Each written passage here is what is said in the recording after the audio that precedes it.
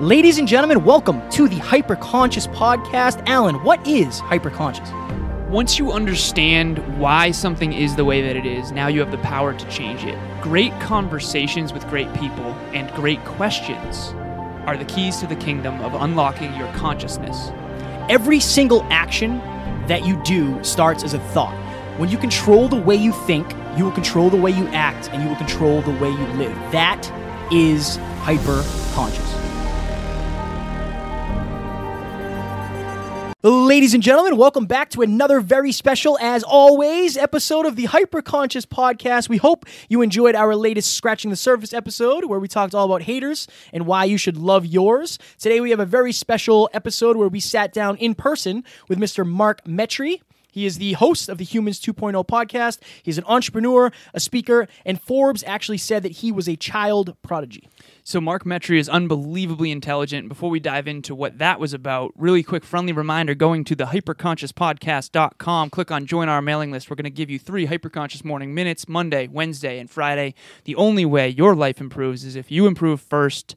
We know that. Let us help you kickstart your days off right.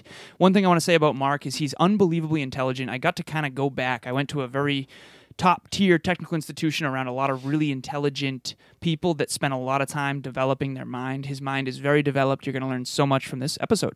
Yes, one thing I resonated with Mark, him and I are very similar when it comes to energy. We're both very... You could just tell. From the second he arrived here, him and I just got along very well. We were bouncing energy off one another. He has a company that's all about virtual reality, and his goal in life is to end mental illness through virtual reality. It's an audacious goal, and he said that it was audacious, but he really wanted to stretch his limits. So this was an amazing episode, one of my favorite to date, and we hope you will enjoy. Talk to you soon. No.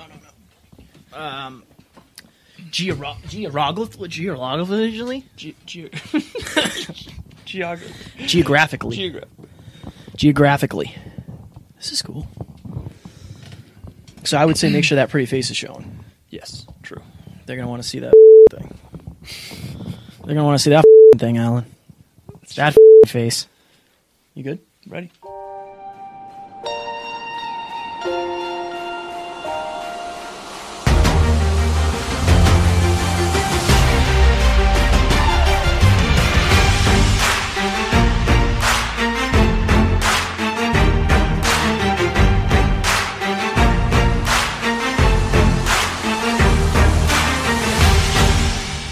Ladies and gentlemen, welcome back to another very special, as always, episode of the Hyperconscious Podcast. Today's guest is the host of the Humans 2.0 podcast. He is an entrepreneur, founder of View Dream, and a speaker, and he is 21 years old, and he makes both Alan and I look bad. Mr. Mark Metry, how are you doing today, brother? I'm awesome, and I hope I don't make you look bad. No, I think something we said recently, we had a podcast Wednesday? I think one of the best things you can do is be in a room with somebody who knows a lot more than you do in a lot of things. And when I was doing my research, I was unbelievably impressed with all that you've accomplished already at 21 years of age. So I'm very much looking forward to it. Dude, happy to be here. So my first question to you is, what does Humans 2.0 actually mean to you? The listeners know what hyperconscious means. What does Humans 2.0 mean to you? First off, I love hyperconscious. I Appreciate love the that whole concept of it. And to me, Humans 2.0, I started the podcast, I started this whole thing probably in August of 2017. And the reason why is it was very sort of resemblance of what I sort of did in my own life. So like when I was 18, 19, in like 2016, I went through both sort of this, at the beginning of this year, like the beginning of 2016, like this real sort of like depression, kind of like my own version of a rock bottom. Like I wasn't ever sleeping. At one point I was sort of like suicidal even. And I was living up in Boston, and I used to be over 200 pounds, and like I just ended up spiraling down this rut. I was in school, and it was for a lot of things, but I think one is, first off, like I didn't take care of my health at all. Like I never really was sort of ever health conscious. Like I never understood the fact that if you ate something it would make you feel a certain way. I just didn't understand that. And so for me, I just sort of binge eated and started abusing food and didn't take care of my health at all until eventually to the point where I just like, I had like a few moments where I just like looked at myself in the mirror or like I tried to put on pants and they wouldn't fit. And like I didn't really understand what was going on. Somebody I interviewed, Garain Jones, he says, when you're at rock bottom, you don't know you're at rock bottom.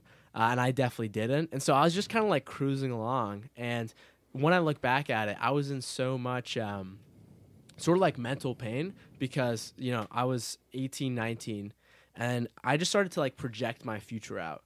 Like I just started to project and say like, what would happen if I still can't talk to people, because I had like really severe social anxiety. I could never talk to anybody, couldn't make direct eye contact with them. I felt like I had like no real friends because I would never let people see like the real version of me.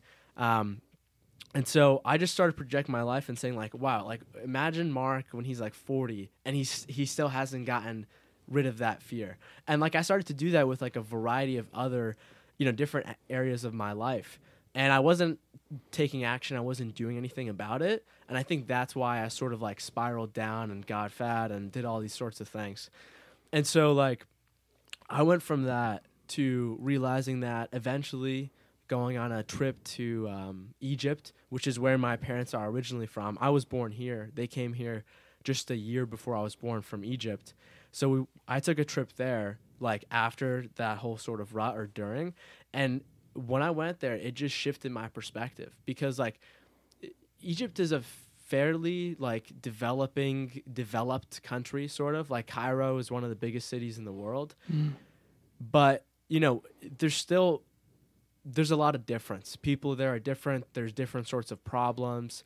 And I just started to become aware. I was like, wow, like my parents did this. They just like left their country with all their family behind, with their daughter, my sister. They came here with only $200, and they were just like, we're going to give these kids a better life. And I wasn't even born yet. It's like they were just doing that like unaware. So like when I just started to think about that, and also at that time the path that I eventually drifted towards was just trying to find the truth. That became my path in every kind of area of life, like my own life, what I think about myself, and then even things out there in the world. So like I started to drift towards that. And like it was sort of that idea plus the like perspective shift that I got that made me understand to be grateful for the opportunity that I have, and how other people in the world don't have it like us three.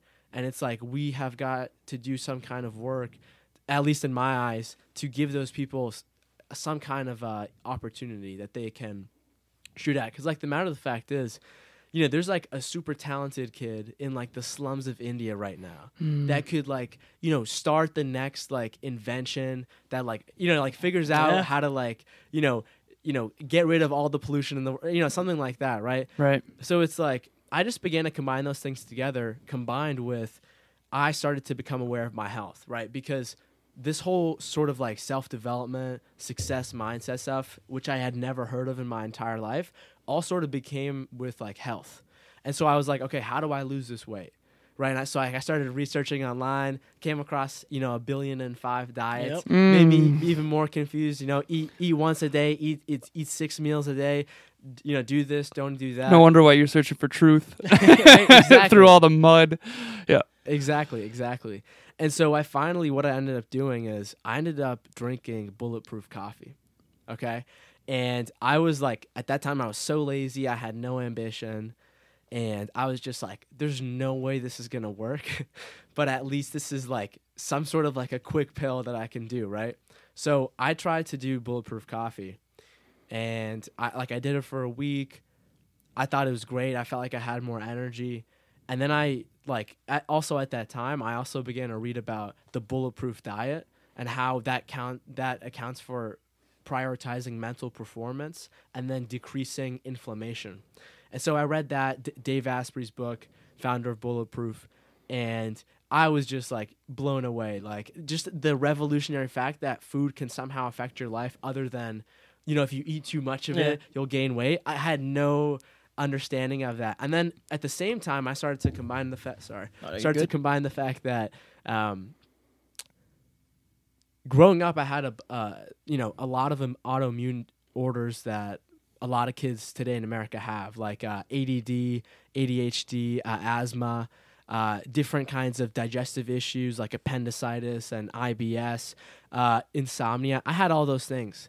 And then as I began to like understand what to eat and when not to eat and cutting out the junk food and then putting in like healthy things like vegetables and like all kinds of healthy fats and things like that, combined with like the bulletproof coffee, which eventually ended up making me have more energy. So I actually started to do some sort of exercise in my life. And then when I started to do that, I began to like sleep well for the first time in my life for like 8 hours. And then eventually after that, I had like so much energy. So I just kept on going after different kinds of like things that I could do. I stumbled into meditation, started doing that, started to like understand how writing things down in a journal can like rewire your brain and help you become conscious of a lot of thoughts. I'm sure you guys have run into this. As I'm writing right now. Do you find it hard? I don't want to interrupt. I want you to finish, but do you find it hard to hang out with people your age? And I don't mean that in like, if you say yes, it's not going to be like a negative thing. But for the listeners, you're 21 years old. Like when I was 21, I was hammered right now. And I was not hyper conscious. I was unconscious. That's what we joke about. Like I didn't know any of this. So it almost seems like you've lived two lives. Like you lived the old Mark and now you're the new Mark who's Mark 2.0. Yeah, man. That's how Humans 2.0. Perfect. That's how it happened. Right. You summed it up. Beautiful. Do you ever struggle with people around your age group? Sometimes. Like I want to say, like I have a like generally speaking, I'm just naturally like an introverted person, but I still have like a decent amount. I still have a lot of friends, and I would say that there's only about a handful that are my age, 21. I mean, like here's the thing: I probably have more 19-year-old friends than that, and then I also have like people that are like 65 that I just are my friends too. Right. And so it's definitely very ranged. I don't think the majority of them are 21 years old though. Like I don't, that's not the main one that I'm sticking to. Yeah.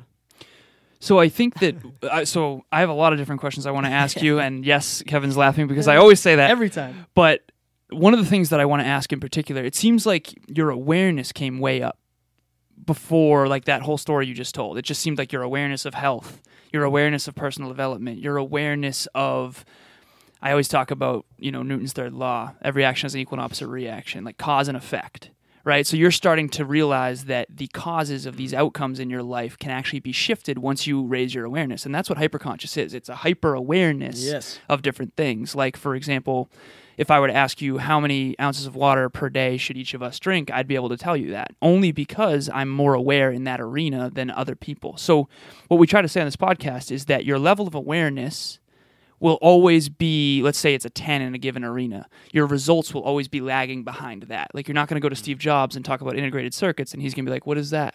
Like what's an integrated circuit, right? He knows, that's why he's Steve Jobs. So my question for you is with Humans 2.0, is that sort of your intention to raise people's awareness? Because I got that impression from you. Even when we were in the preamble, we were in my room and he said, we were trying to like leave the room. I was giving him a little tour and I was like, yo, bodybuilding trophies. I'm just kidding. But he's like, no, but books. And I noticed that right away. And when we tried to leave my room, you immediately went, sorry, I just really like to analyze the books people read. And immediately I got jazzed about that. And I was like, what's your take? And we went through, what does this mean to you from your perception of me now that you know what books are next to my bed, right? So is that your intention with Humans 2.0, to try to raise people's awareness? Dude, I love that. I love the way that you talk. 100%. So, like, looking back now, like a mental shift that like happened is when I was in one of the moments where I had like lost a ton of weight. Like I ended up losing something like maybe like 40 pounds over the course of like 2 months. And like towards the end of that 2 months, like in October of 2016, I had like this moment where like I had mad energy. I was like hanging out with a bunch of people. Like everything was fantastic.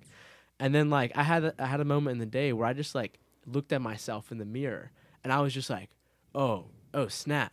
And it's like it ended up leading me to, there's like the Steve Jobs quote that says, when you're growing up, you tend to get told that the world is the way it is. Try to live a decent life, get a job, eventually buy a house, have a family, get a dog, things like that. But that's a very limited life. Life can be much broader once you come to the realization that everything that you see that was invented or discovered was no smarter than you, and like you can change it and you can poke something and something else will come out. And it's like when that happened, that just like changed everything for me. So then once that happened, I'm like why don't other people sort of like know about this, right? And then I'm not somebody who is kind of like a get up in front of your face like a salesman or anything like that. But I just like want to do something so that if anybody is just interested, they can just find it and they can listen to it. But I'm not like trying to, get it out there. That's just like my kind of style. So that's eventually how the podcast led. And I'm like, how can I like use exponential technology to scale impact to people that are just like me, that are living their life, but may, come across different problems because they don't have the right tools, they don't have the right information, they don't have the right perspective, so to speak. Influences, things like that. And it's like it's not because they're necessarily, bad people or worse people. They're just certain people and situations and positions that, end up influencing them in a certain way. Like, and like when I saw that and like I saw that I lived my life and like all the ways that I was living my life from like ages 0 all the way to like 18, I was just like, this is just like a fundamental like version 1.0 to like version 2.0. And like the thing is like it happened, like it's happening every day. You know what I mean? Like the humans 2.0 is just a thing that you're always trying to hit, but you may or may not necessarily be there, but you can live on that path. You can live on that sort of lifestyle. So it's always running. You're always evolving. You're always growing. You're always trying to shoot for the next thing. What is the next thing for you? Like, what are you dealing with right now? So Alan and I are dealing with our schedules. Oh yeah. And trying to figure out how to lock down. We're doing 3 podcasts a week. We both have clients. We both lift 6 to 7 days a week. 7 for some of us. Yeah, 7 for some of us. But, so for you, because I like to bring the polished product, which a lot of people are like, okay, he's 21, he's dropping all this knowledge, right? But you're a human being, and you're a human being who's focused on evolving and growing. Is there anything you're struggling with right now as a person trying to get to the next level? Oh man, everything. Everything. Got it. Writing that down.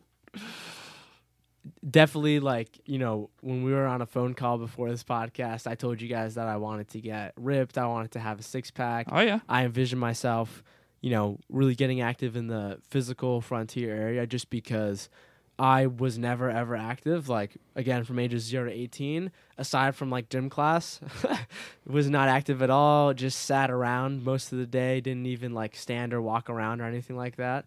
And so I was just like, I'm going to get serious about that for sure. Another area that I'm struggling, I'm doing also like you guys, like so many different things at once, but I mean, it's not the fact that I'm struggling with doing so many things. It's just, I think that, for me, like what I have right now in front of my plate is sort of like my business view dream, which is kind of like my main thing. That's marketing agency in the virtual reality, mixed reality, blockchain, and podcast industry. And that's kind of like, that's where most of my attention is. And we're actually, getting plans for next year to begin to work on actual VR software that's just focusing on a few specific things. And then, like, in conjunction to that, I've started another organization with a co-founder of mine that's running under View Dream. That's actually a mental health based organization. And so the plan is to take virtual reality and begin to apply it to mental health for a potential solution that maybe just doesn't exist today, or people are using solutions, but they're not as efficient enough. And maybe we could experiment with this very, very powerful technology that, one of the biggest employers in the world, Walmart, is like already using for enterprise training in most of the back of their stores because it's cheaper, it's more efficient, people learn faster with virtual reality. The U.S. military is using it not only for training, but also doing different things like testing, PTSD therapy that's virtual reality based with like different veterans and different kinds of soldiers. Because like VR, like this was definitely part of my journey, but as I was beginning to go down like the whole VR thing, like you just start to talk about a completely different like level of existence if you talk about virtual reality and human beings. Like they are two things that I feel like can be used in very limited scenarios, but it's like once you talk about like an organism strapping on this thing to its face, and then eventually it's going to be like, some kind of like a ring or like a chip or something, you can flip it on anytime. You're just like entering in like just a completely different existential like organism species standpoint. And so it's like you take a technology that's that powerful, that is going to go that is going to develop very fast. They already have headsets out there that are indistinguishable from reality. They're not available to the public, but other organizations are using them where they can plug into your neural implants. Like there's a startup here in Boston that's doing it, and you can feel everything. You can control the virtual reality thing from your brain. So there's no controller. You're just going like that. And it's crazy. And so it's like, once you begin to look at that, it's like, okay, what could we start to apply that with like a very, very big, audacious problem, like mental health, for example, and like the broad range of it. And it's like you begin to like start to combine this exponential technology with this problem in the world. And dude, I mean, it's being done like as we speak today, and it's just like, I want to be a part of that future, and so, that's what View Dream is, and 100%. Hell yeah, I'm blown away right now, man. That's awesome. I have one question that I definitely want to ask you, and for the listeners out there. So I was on a call recently with one of my clients, and he is unbelievably intelligent, and him and I mastermind on like a bunch of quantum physics-esque stuff. And what we started to realize is that I think there's 4 facets of everyone's character. I think there's physical, mental, emotional, and spiritual. And I think that you spent a lot of your life focused on mental. And it's very clear to me that you have, because I did as well. And so I can resonate with that. And I think that if I'm honest, a lot of people, I think, focus on spiritual, emotional, especially the feminine energy tends to focus on spiritual and emotional. The masculine energy tends to focus on physical and mental. Now, we all have all 4, and I think the greatness inside of us is predicated on how well we develop all 4. So it's very clear to me that mental for you, though, is like a big one. And I think it's a big one for me, too. So what I want to ask you, I wrote on my Twitter one time that the problem with success is that we think linearly, but the universe is set up in exponentials. Now, the listeners have heard me say crazy things like that, but I don't feel like they fully understand what I mean always if they're not as into math and science like you and I are. Is there a way that you can bring that? Because you think in numbers, I can tell. And believe it or not, I actually don't. Dude, I'm horrible at math. Like, you're bad at math? Numbers. I'm not like a data person, analytical at all. Did you have a strong math background? No. Really? Yeah. So like, dude, the thing is like I was in CIS because I was in computer science when I was in school, and I was so bad. I was so bad. I did so awful that I just ended up like dropping some of the classes that I was taking, and then I switched majors because I was like, there's no way I can do this stuff. Do you think out of those 4 facets, mental is one of the strongest? Yeah, definitely. I'm very surprised to hear that, by the way. You seem like you have a very analytical mind. No, I think I definitely have an analytical mind, but maybe just not so much like with numbers and Did you ever take differential equations or calculus or any of that? Dude, I think no, I took them. I actually ended up failing calc. Really? Yeah, and then I had to retake it again. I am very off base then. Yeah, oh, wow. It's funny when Alan's wrong. Yeah. I like it. I like it. I could have sworn. But I totally get your point. I am right, very much because you keep saying exponential technology. About those 4. Yeah. Right. So when you mention exponential technology, I don't think everyone knows what you're referring to. Yeah. Can you go into that at least? Yeah. Okay. Yeah. So totally. So, when I was younger in my life, I got on the internet very young. Okay, 10, 11. Ended up going to work at my dad's pizza store for like a summer. Saved up enough money, bought a little like a laptop notebook, like one of those mini ones that they used to have. And then I got an iPhone 3GS. And like once I bought those, quit the job, I was in the game. Right. I just like started to just do a bunch of stuff on it. Some obviously some good things, some bad things. Started doing a lot of research. I got really interested into like I got on Code Academy. I began to learn how to code.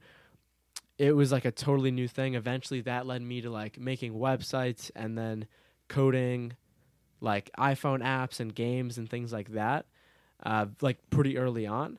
And here's the thing, in my life when that was happening, and like I'll tell you why this is relevant.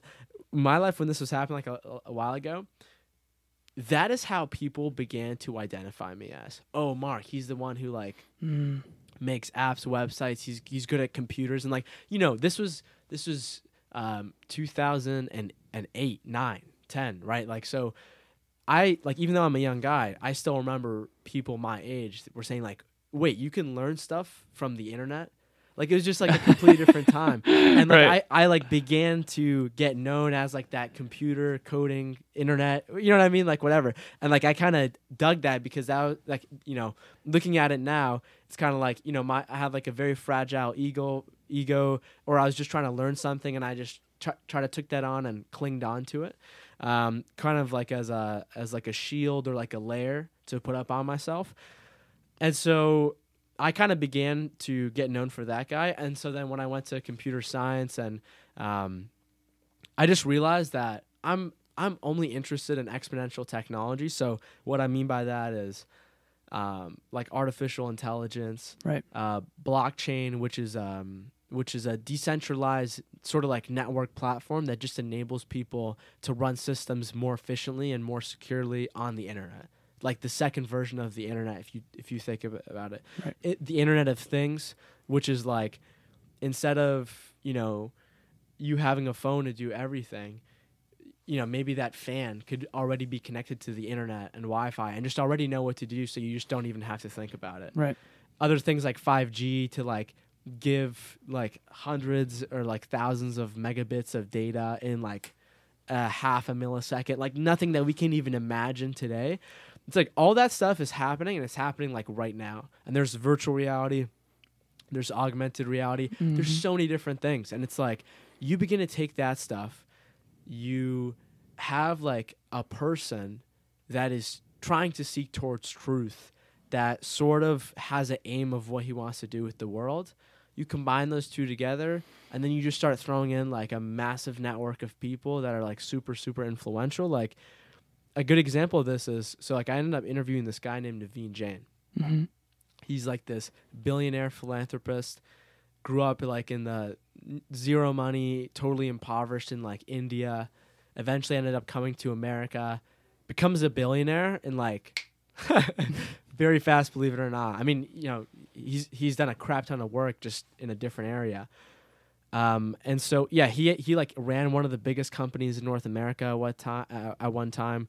He has a space company that is like the only space organization outside of like the government organizations that have the ability to leave Earth's orbit.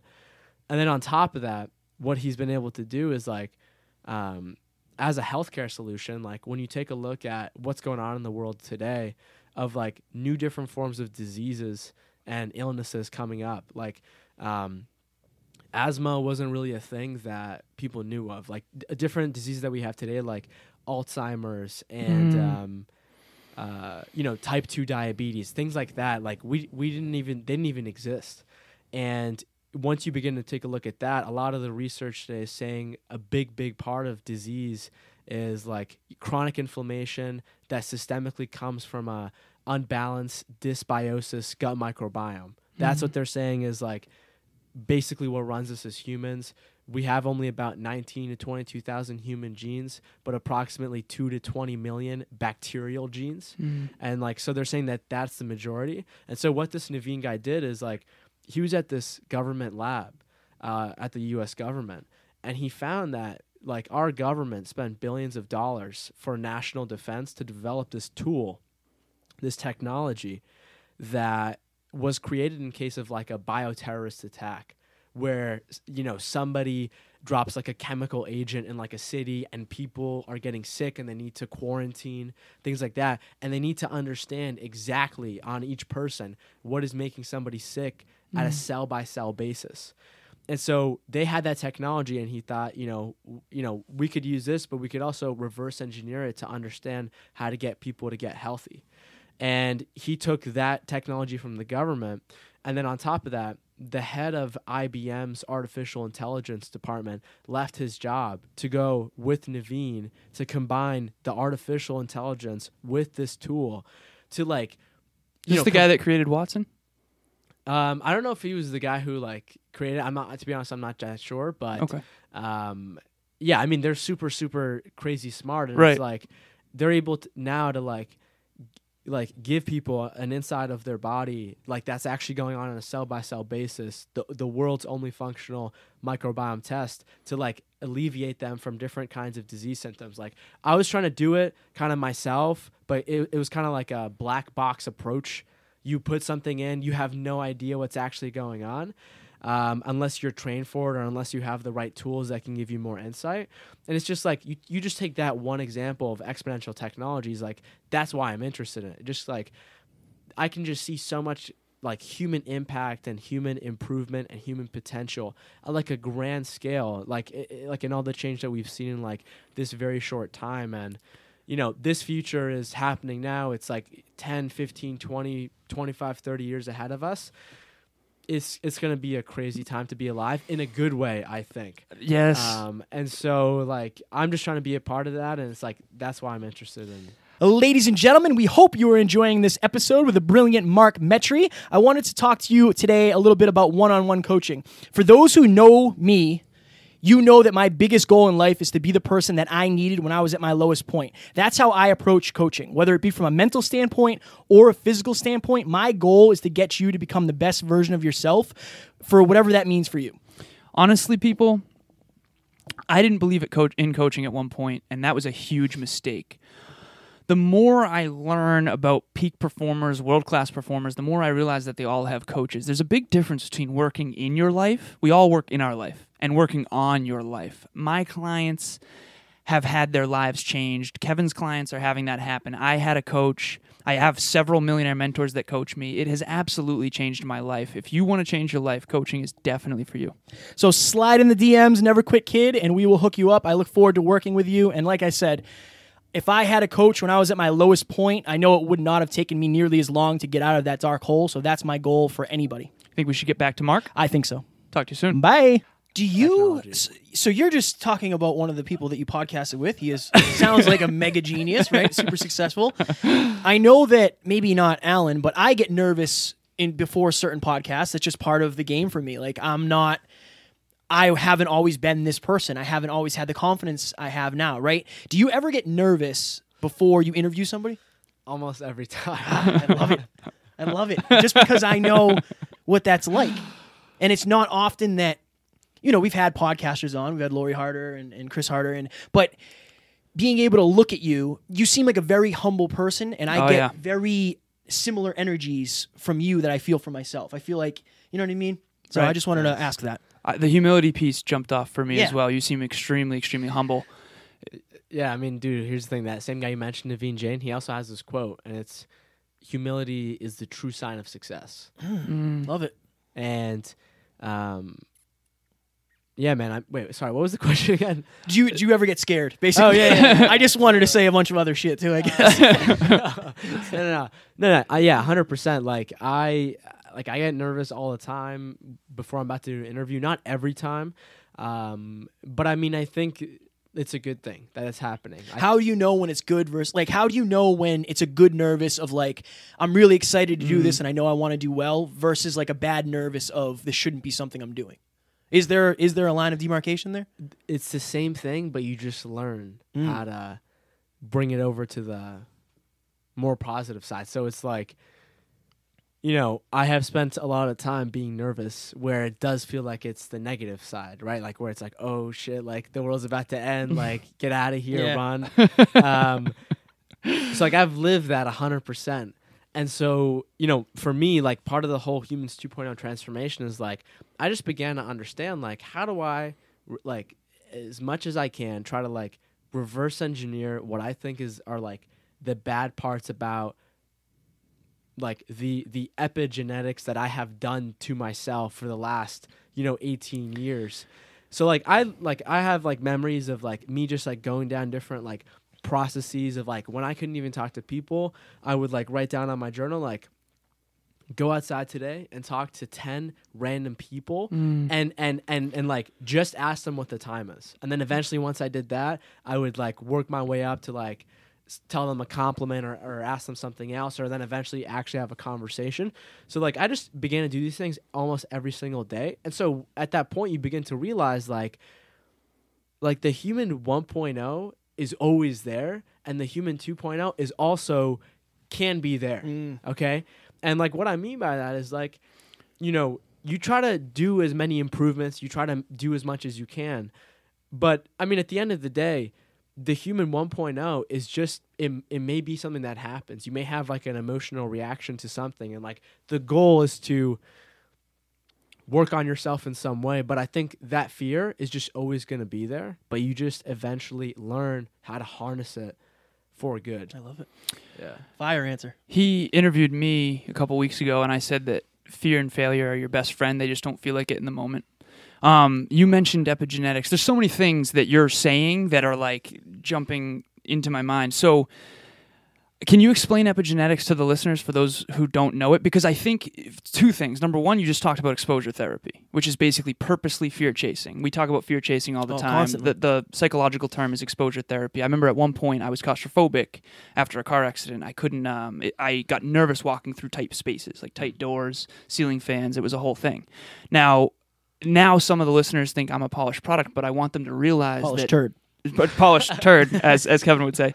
But I want them to realize that, like you, at one point I struggled with the simplest thing, just like asking someone for the time. So there's a way you can take action and you reteach your brain. You literally rewire your brain. Neuroplasticity shows that you change your brain functionally, chemically, and structurally every moment of every day. So if you go and do these things, you're basically teaching your brain that it's okay.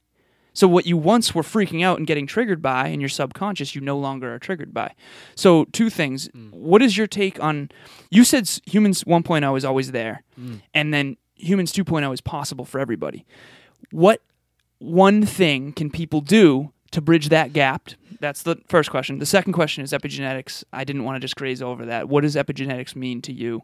And what can you bring to the listeners about that? That's 3 questions. Well, it's kind of all the same. He knows what I'm talking about. Yeah. So, it's like 6 questions. So I interviewed this guy, Mastin Kipp, and he has this great quote, and it says, unless you're in, mortal danger, fear is a compass telling you where to go. That is the guide that I live on. And about the human 1.0 and 2.0, it's like this, I started to develop this philosophy from a guy that I almost interviewed, David Goggins. Oh, yeah. Yes. David Goggins. Can't hurt me.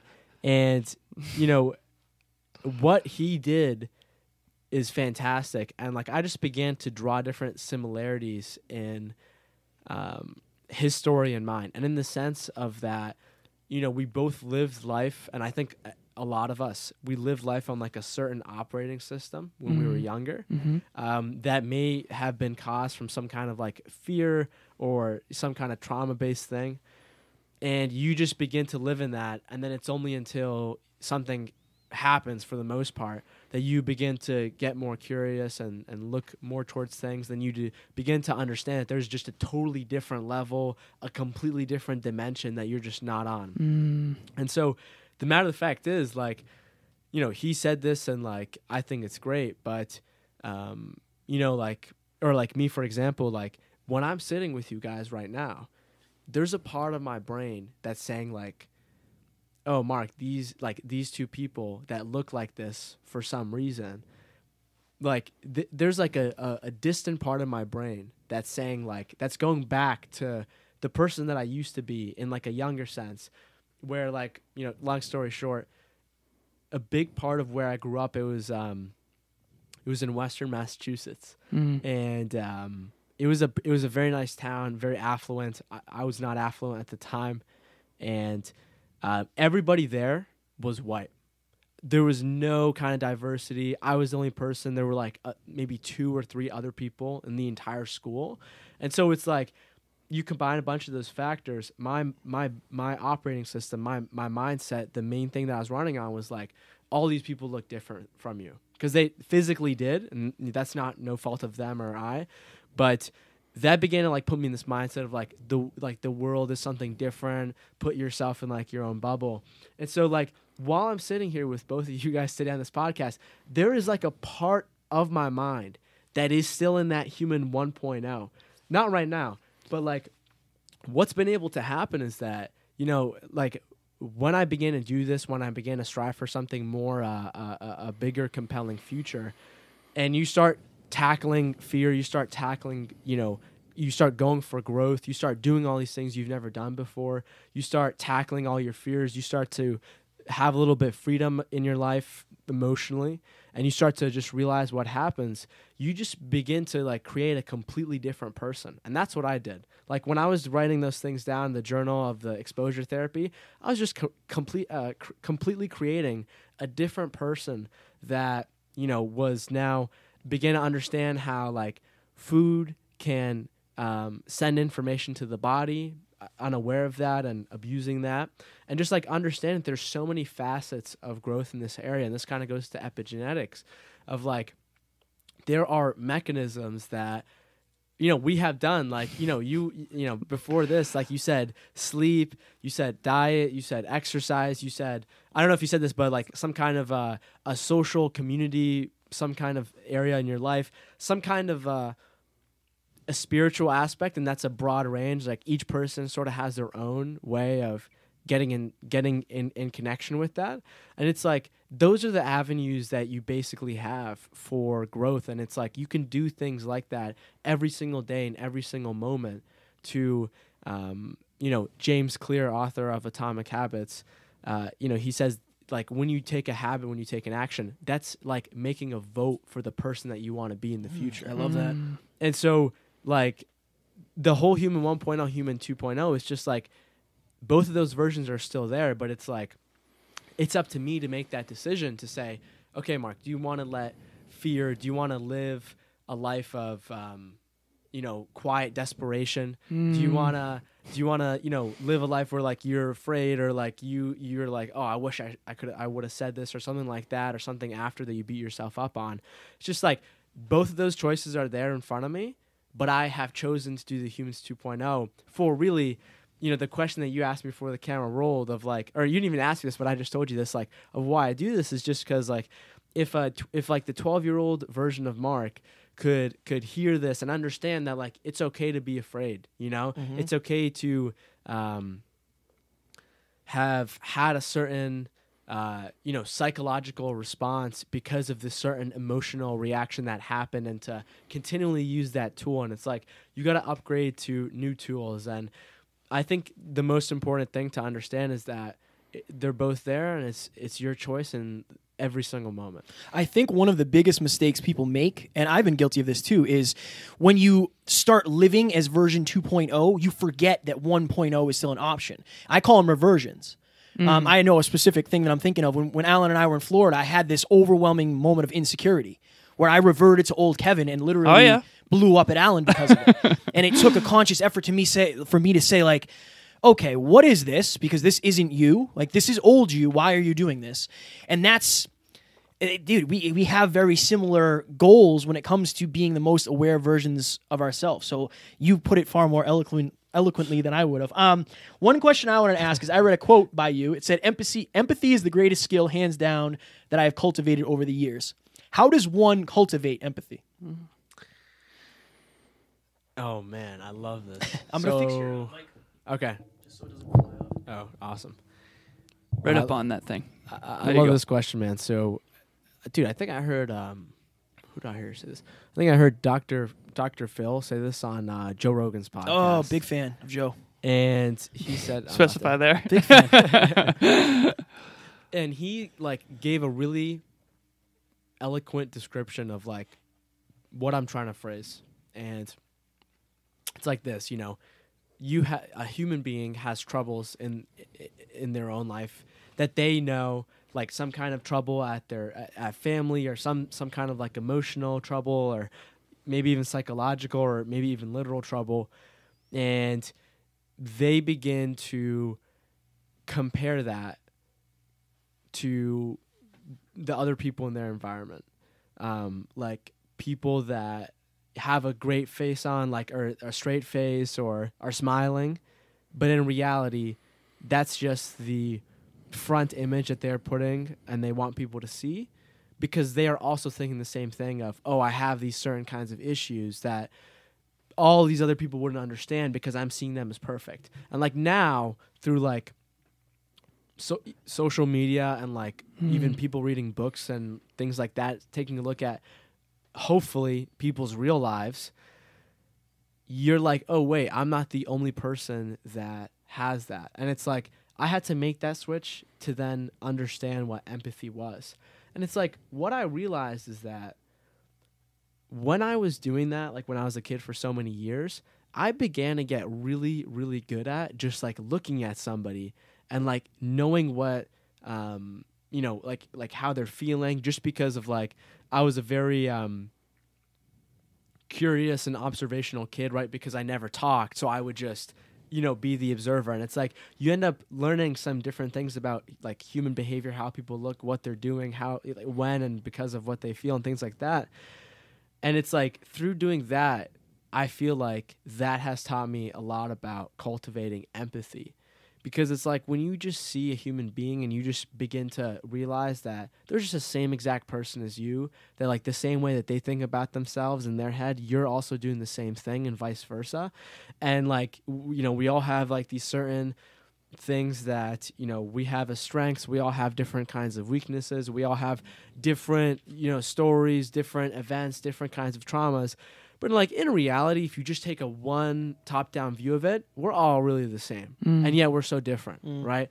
And so it's like if you get that, and you just start to see people like, oh, that's just that guy, but he was just, you know, born in a different body, in a different geographic location, different parents, different upbringing, but he's the same person. And then, you know, you combine with that with just like understanding people's physical characteristics. And then I think that should be said is like you doing the work on yourself, because I think like when you go at it from a good place, and you are truly in your own life working towards like striving towards the best growth, improvement, you know, your family, like whatever you're motivated by, love, you know, your legacy, whatever,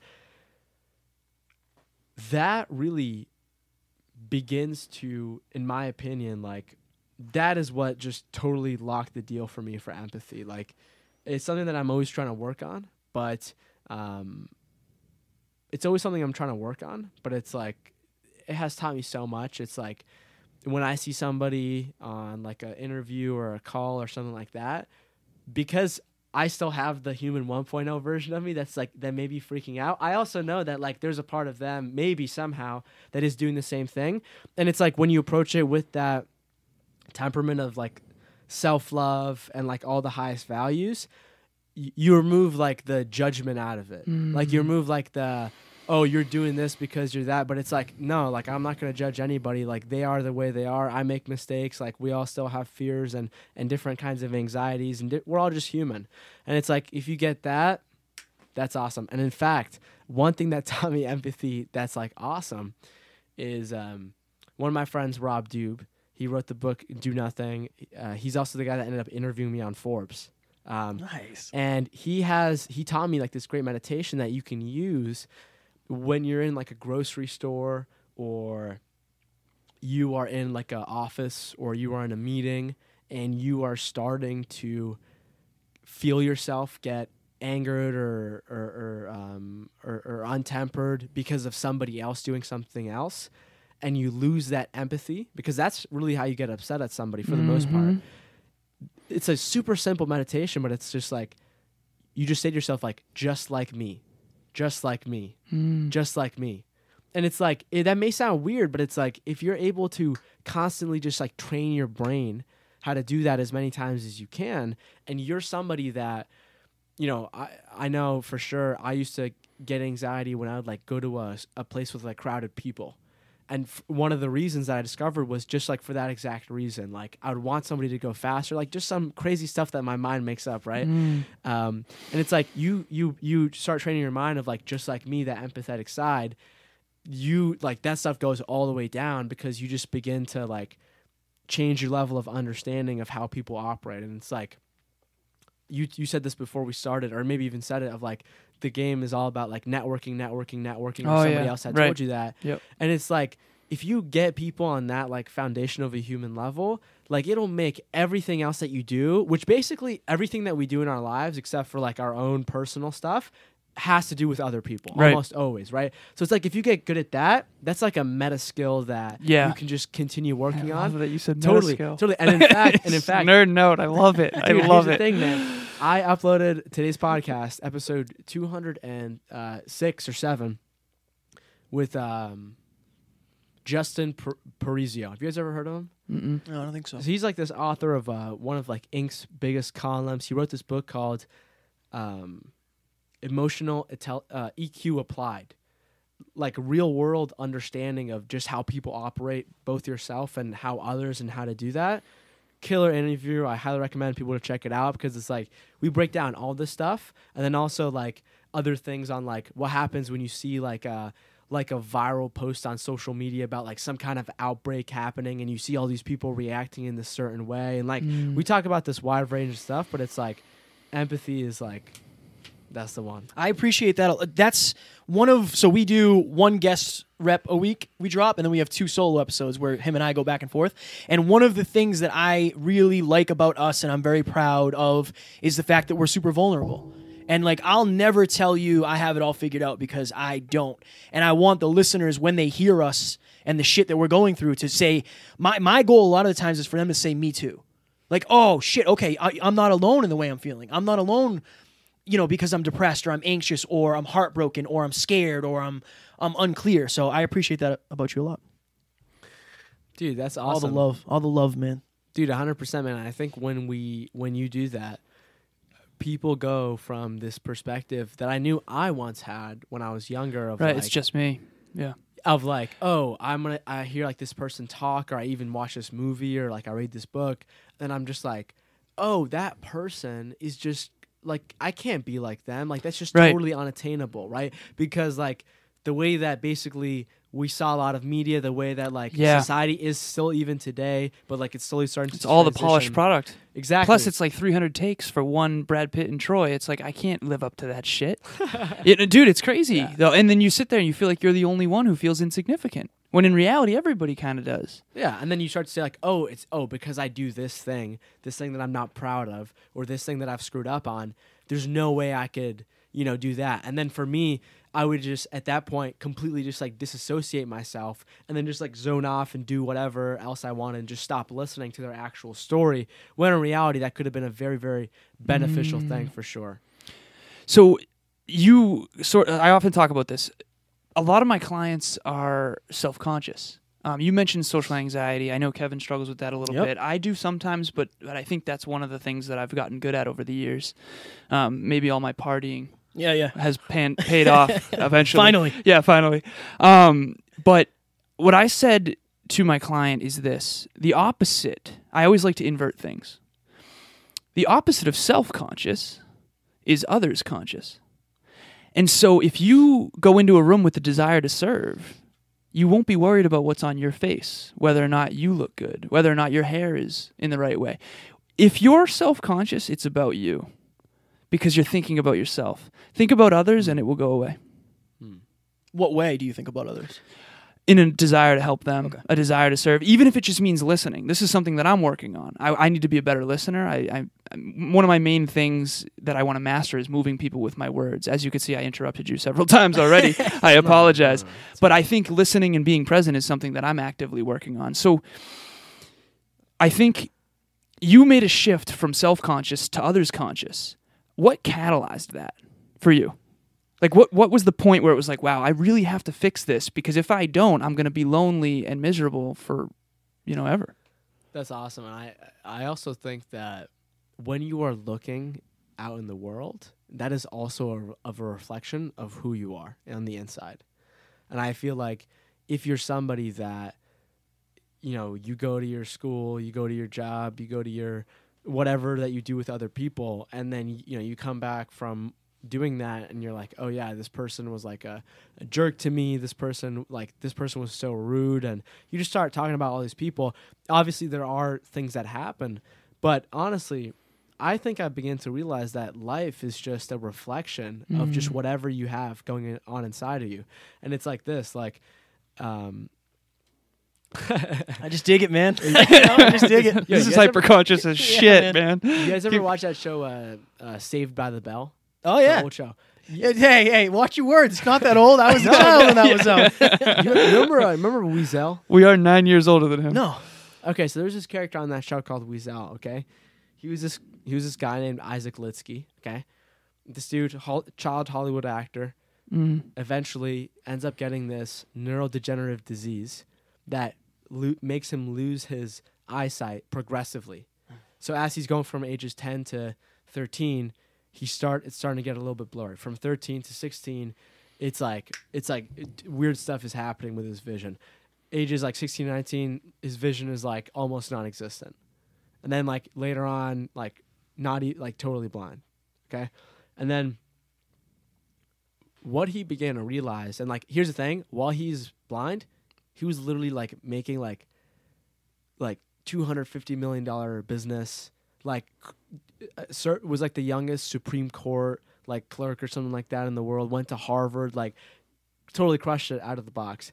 And what he began to realize is that as his vision was going away, and as he was basically just freaking out, tripping balls, like this, imagine you have like you're an actor in a TV show, very successful, you're super smart, and then like your life just starts disappearing in front of your very eyes. So he's freaking out.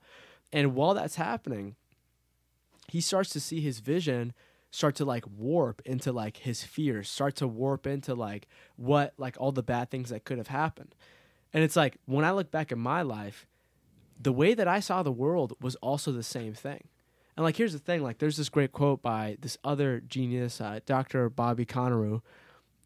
It's been found that the way that our brains work and the way that the chemicals work is they will take a look at the other brain chemicals around you, and they'll take a look at the senses, the input, the data from everything that's coming in. And then based on that, your brain, your eyes will then propagate and create a reality. Like if you think about it, like it's a TED Talk on this. Exactly. Keep going. He did the TED Talk right. on Isaac Litsky. Yep. Absolutely fantastic TED Talk.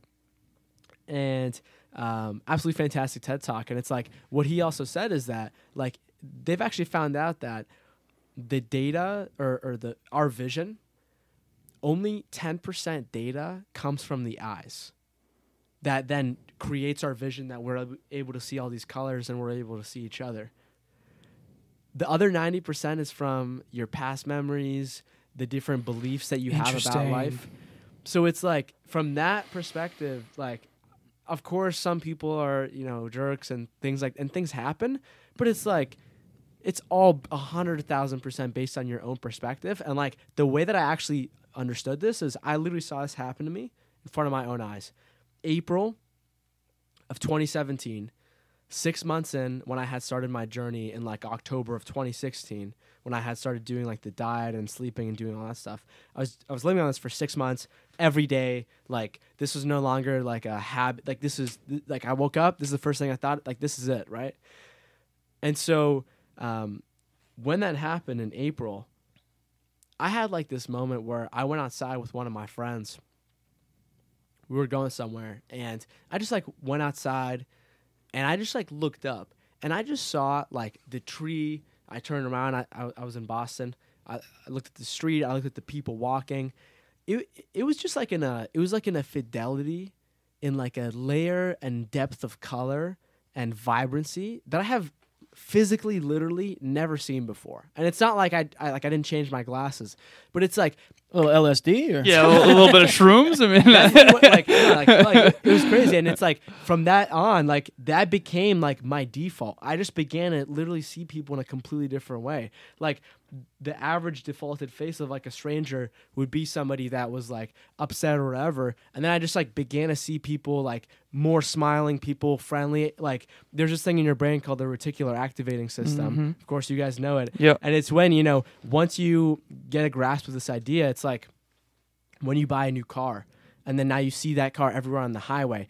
Once your brain is fixated on something, it'll then begin to see that everywhere, even though it was always really there in the first place. Yep. And so, like, I literally, like, felt that and shifted that. And, like, that's why I think, like, the differentiation thing, like, I really do think that what you see has a big part to do with your mindset. I don't know. I don't want to interrupt. I was going to say, you want to know whether or not you believe in ghosts when you hear something in the middle of the night and you think it's a ghost, you believe in ghosts. Yeah. That's how I convinced myself I don't believe in ghosts. Because if I hear a noise and I think it's a ghost, I believe in ghosts.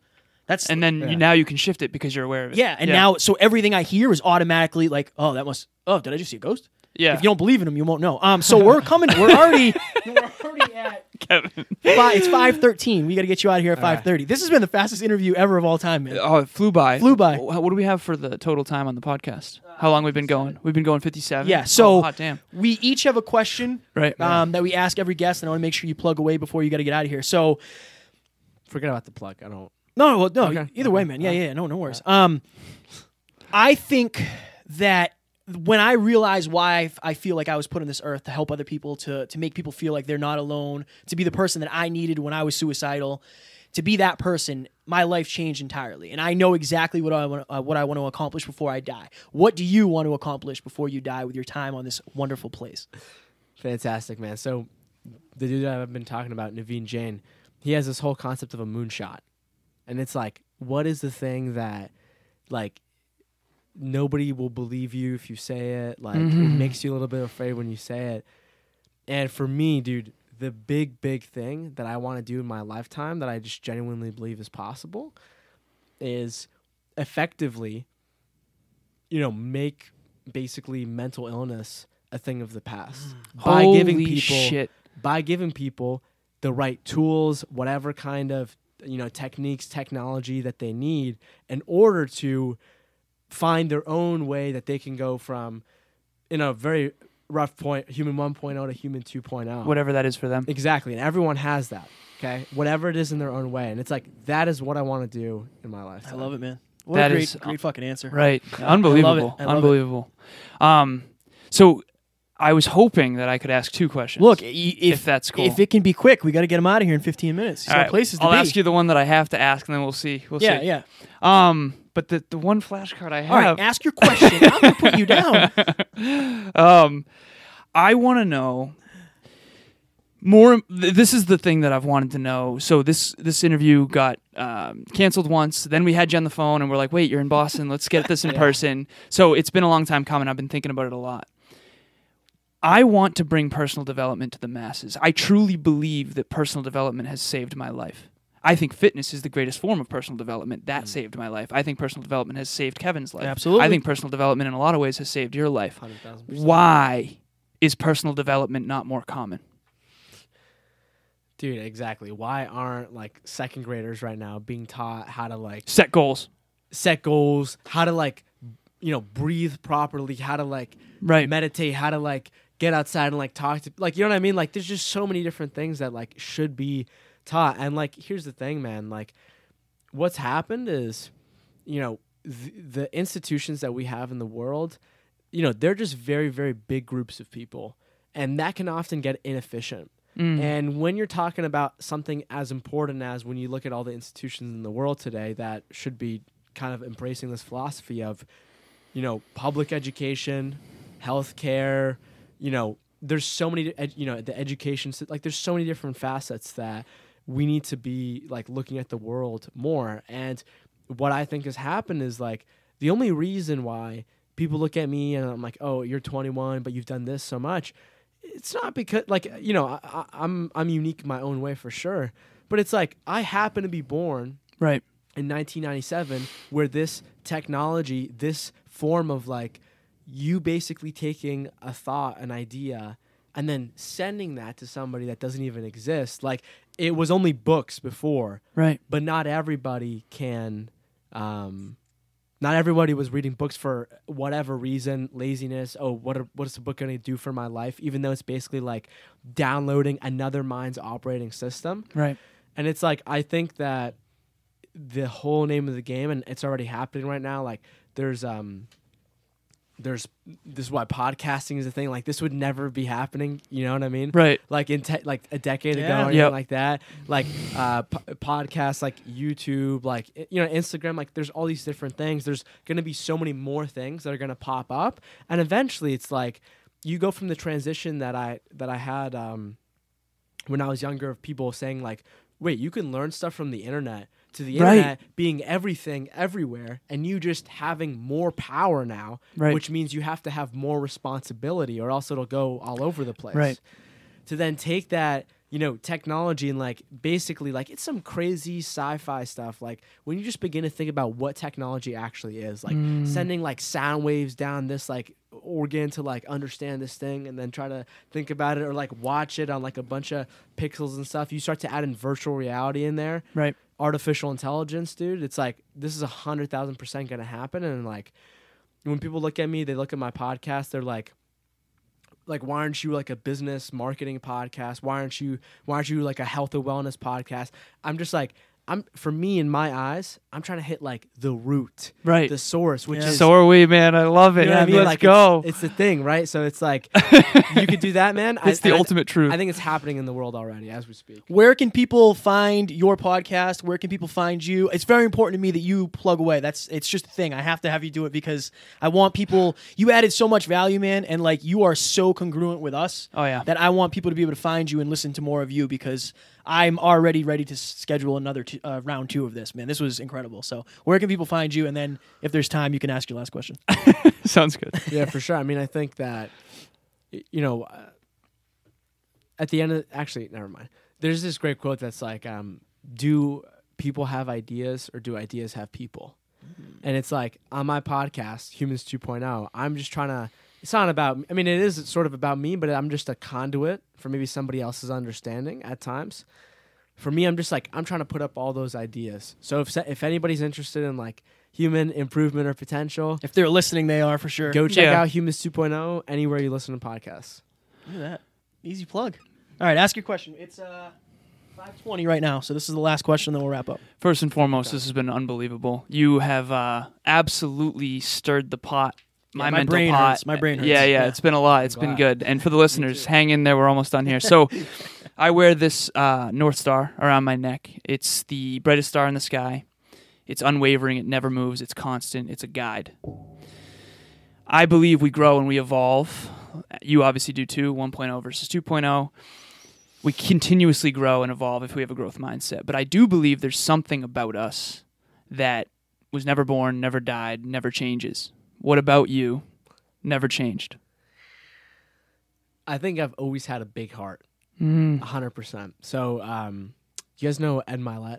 Oh, yeah. So Same exact response. So when I was interviewing him, he told me that I have a big heart. And like when I just began to think about that, I began to think about like my life and all the different moments and different events in my life.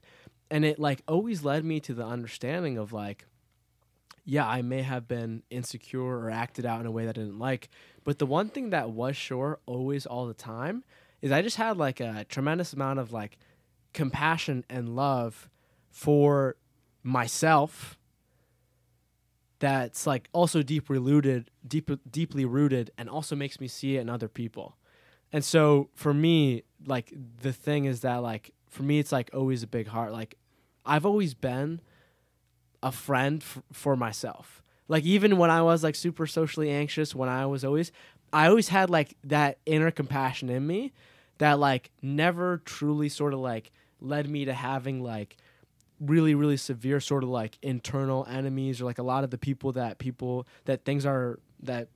are running away from those things. And obviously I have my own issues and different things that I'm trying to work on. But when I look at it, it's just like big heart that has never left.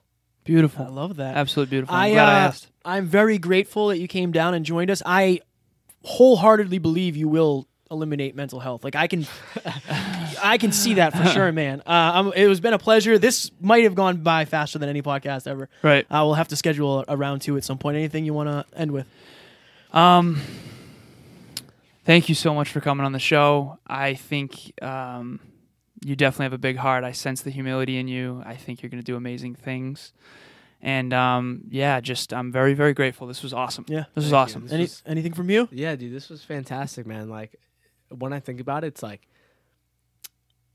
yeah, I'm immersed in self-development, and so I'm trying to do like a lot of work on myself, but also like, you know, life is moving 1,000 miles an hour, working on like so many different projects, our business, this and that, that honestly, like the time that I do get to like articulate myself is on like these different kinds of podcasts. And it's like every time I walk away from one of these, and I feel it now with you guys, thank you so much for having me. Absolutely, brother. I kind of feel like this articulation of my own soul that is being expressed in that moment, like that is what everything is all about, you know? So thank you so much for having me. This was fantastic. Absolutely. Man, you are always welcome here. Yeah. 100% always welcome here. Ladies and gentlemen, that was Mark Metry, and we will talk to you later. Talk to you soon. Bye. Woo!